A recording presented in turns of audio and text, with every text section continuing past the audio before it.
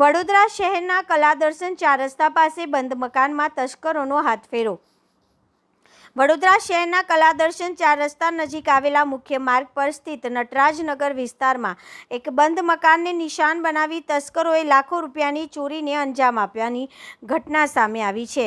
આ ઘટનાની જાણ થતાં પોલીસ કાફલો ઘટના સ્થળ પર દોડી આવ્યો હતો અને તપાસ હાથ ધરી હતી।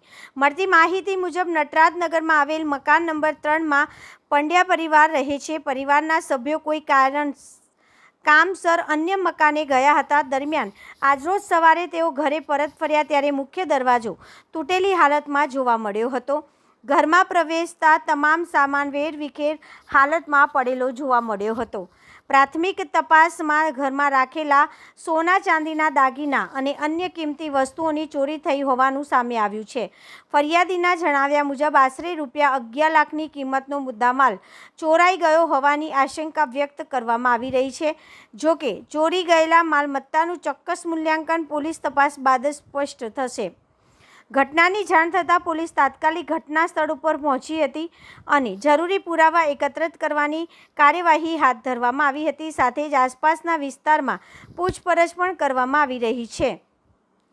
મહત્વની બાબત તો એ છે કે જે મકાનમાં ચોરી થઈ છે તે શહેરના મુખ્ય માર્ગ પર આવેલા હોવાથી આસપાસના વિસ્તારોમાં અનેક સીસીટીવી કેમેરા લાગેલા હોવાની સંભાવના છે। આવી સ્થિતિમાં પોલીસ દ્વારા સીસીટીવી ફૂટેજની તપાસ કરવામાં આવે તો શંકાસ્પદ વ્યક્તિઓની હિલચાલ અને ઘટનામાં સંડોવાયેલા આરોપીઓ સુધી પહોંચવામાં મદદરૂપ મળી શકે તેમ છે। હાલ પોલીસ દ્વારા વિવિધ દિશામાં તપાસ શરૂ કરવામાં આવી છે અને તસ્કરોને ઝડપી પાડવા માટે સીસીટીવી ફૂટેજ, ટેકનિકલ સર્વેલન્સ તેમજ અન્ય પુરાવાના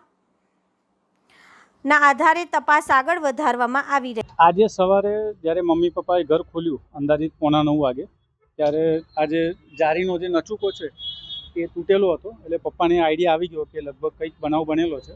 એટલે હું મારી જોબ પર હતો, પપ્પાએ ફોન કર્યો તો હું તરત જ ઘરે આવી ગયો। ઘરે આવીને અમે જોયું તો ઘરનો તિજોરીનો અંદર બધો સામાન જે વેરવિખેર હતો, માળિયા પરનો સામાન પણ બધો વેરવિખેર હતો। પછી બધું ચેક કર્યું તો લગભગ ઘરની અંદર જે સોનાના દાગીના જે હતા એ પણ ચોરાયેલા છે અને જે રોકડ હતી અંદાજિત 1.5 લાખની આજુબાજુ એ રોકડ પણ ઘરમાંથી ગાયબ છે। પરિવાર ક્યાં હતો? રાત્રે પરિવાર ક્યાં ગયો? અમે લોકો ગઈકાલે રાત્રે અમારો બીજો ફ્લેટ છે દેવાશીષ હાઇટ્સમાં, અમે લોકો ત્યાં હતા। મારા બેનને ત્યાં જમવાનો પ્રોગ્રામ હતો એટલે પછી રાત્રે અમે લોકો ત્યાં જ સૂઈ ગયા હતા અને સવારે પછી આવ્યા તો આ બનાવ બનેલો છે।